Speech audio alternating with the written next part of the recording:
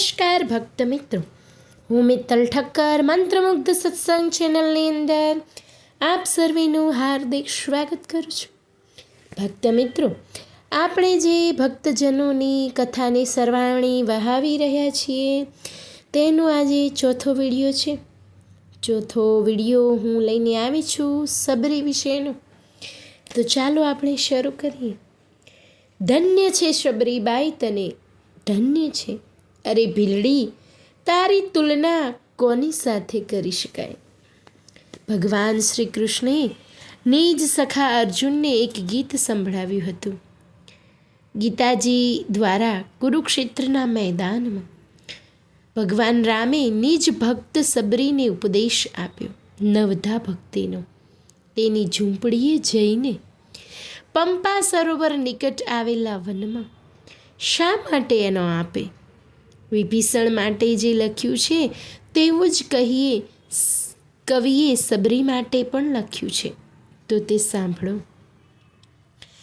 કહો નાથ સબરી કે ઘર कैसे आए, आए तो फिर बैर जूठे क्यों खाए? कहो नाथ सबरी के घर कैसे आए, आए तो फिर बैर झूठे क्यों खाए? कुटिया में भिलनी वो ही रट रही थी, श्री राम शरणम मम, श्री राम शरणम. कुटिया में भिलनी वो ही रट रही थी, श्री राम शरणम मम, श्री राम शरणम. સબરી તો ભીલડી હતી. ભીલડીમાં ભક્તિભાવના સંસ્કાર ક્યાંથી હોય? પરંતુ શબરી માટે હતા. તેના એ સંસ્કાર પૂર્વજન્મના સંસ્કાર હતા. લગ્ન સમયે ઘર છોડીને તે વનમાં દોડી ગઈ. ઋષિઓની સેવા કરવા લાગી, પરંતુ જળ માનસ ધરાવતા ઋષિઓની અછૂત એવી સબરીની સેવા પણ ન ખપી. પંપા સરોવરમાં પગ બોળવાના મહાપાતકને કારણે ઋષિઓએ તેને મારી. મારથી પણ તે મરી નહીં. રામ રાખે તેને કોણ ચાખે? શબરીને માર પડ્યો, પરંતુ તેને મારનાર ઋષિઓનું ભારે અહિત થયું. પંપા સરોવરના નિર્મળ જળમાં કીડા પડ્યા. જળ દૂષિત બન્યું. સ્નાન કે પાનને માટે લાયક ન રહ્યું. અન્ય ઋષિઓએ એ ભીલડીને મારી, પરંતુ માતંગ ઋષિએ તેને અપનાવી. તેમણે તેને શ્રી રામ નામનો મંત્ર આપ્યો. તેની ભક્તિભાવના પુષ્ટિ કરી. તેમણે સબરીને કહ્યું, ભગવાન શ્રી રામ તને અવશ્ય મળશે. સબરીનું શ્રદ્ધાસભર હૃદય વિરામ પામી ગયું. તે શ્રી રામની પ્રતીક્ષા કરવા લાગી. કેવી પ્રતીક્ષા હતી તે! સરોવર કાંઠે સબરી બેઠી, રટે રામનું નામ. એક દિને આવશે સ્વામી મારા અંતરના આરામ. સબરી રટે રામનું નામ, સબરી રટે રામનું નામ. એક ધ્યાને તે શ્રી રામની પ્રતીક્ષા કરી રહી છે. પ્રતીક્ષા કરતાં વર્ષો વીત્યા. શબરીબાઈ ઘરડી થઈ ગઈ. દેહ વૃદ્ધ થયો, પરંતુ આશા જ્યોતિ તેવી ને તેવી જ રહી, ઝગમગતી રહી. પછી તો એ દિવસ આવ્યો. સબરીની પ્રતીક્ષાનો અંત આવ્યો. ઋષિઓના આશ્રમ છોડી ભગવાન શ્રી રામ સબરીની ઝૂંપડીએ આવ્યા. આજ પધાર્યા સબરીના સ્વામી, ધન્યતા ભીલડી આજે પામી. શ્રદ્ધા વેલી પાંગરી આજે, વૃત્તિ પામી વિરામ. શબરી રટે રામનું નામ, શબરી રટે રામનું નામ. નયન સજલ ગિરા ગદગદ તન પુલકિત હૈયું હર્ષિત. સબરીના રોમ રોમ પોકારી ઉઠ્યા, શ્રી રામ શ્રી રામ શ્રી રામ, જય જય રામ.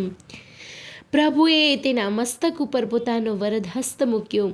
સબરીને સાવધાન કરીને કહ્યું, સબરીને પ્રભુએ સ્વસ્થ જ કીધી, લક્ષ્મણે ભક્તિ જોઈ લીધી. સબરીને પ્રભુએ સ્વસ્થ જ કીધી, લક્ષ્મણે ભક્તિ જોઈ લીધી. જળપાન કરીને પ્રભુજી બોલ્યા, ભોજનની છે આસ. સબરી રટે રામનું નામ, સબરી રટે રામનું નામ. સબરી પાસે શ્રી રામને આરોગવા યોગ્ય ભોજન તૈયાર હતું. શ્રી રામ અયોધ્યાના મહેલમાં હોત તો તેમને માટે 56 પકવાનનું ભોજન યોગ્ય ગણાત, પરંતુ તેઓ તો વનમાં વાસ કરતા હતા. વનમાં કેવું ભોજન હોય? સબરીએ આપ્યું તેવું જ તો. છાબ ભરીને બોરા લાવી, ચાખી ચાખીને આપતી આવી. છાબ ભરીને બોરા લાવી, ચાખી ચાખીને આપતી આવી. ભાવ ધરી આરોગ્યા પ્રભુએ, લીધો ઘડી વિશ્રામ. સબરી રટે રામનું નામ. સબરી રટે રામનું નામ. ધન્ય છે એ બિલડીને, એના એઠા અજીઠા બોર પ્રભુએ ખાધા. ભગવાને ભક્ત વિદુરજીની ભાજી ખાધી છે. વિદુર પત્નીના હાથે અપાયેલ કેળાની છાલ ખાધાનું સંભળાય છે. સુદામાના તાંદુલ આરોગ્યા તે સૌ કોઈ જાણે છે, પરંતુ એ બધું કાંઈ એઠું ન હતું, કોઈનું અજીઠું ન હતું. કોઈનું અજીઠું જો પ્રભુએ ખાધું હોય તો તે સબરીએ આપેલા, ચાખી ચાખીને આપેલા બોર અને મધુમંગલના મુખમાંથી રેલાતી અજીઠી ખારી છાસ. ભગવાને ભીલડીને નવધા ભક્તિનો ઉપદેશ આપ્યો. તેમણે તે ભીલડી મહાન મોટા ગણાતા ઋષિઓ કરતાં વધુ પવિત્ર છે એવું સાબિત કરી બતાવ્યું. ઋષિઓએ ભગવાનને પંપા સરોવરના દુર્ગંધયુક્ત જળમાં પગ પ્રક્ષાલન કરવા વિનંતી કરી.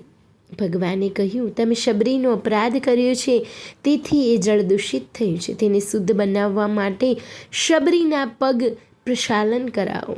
મારા ચરણમાંથી ગંગા પ્રગટી શકે છે, પરંતુ પંપા સરોવરનું જળ નિર્મળ, સુગંધિત, શીતળ બની શકે તેમ નથી.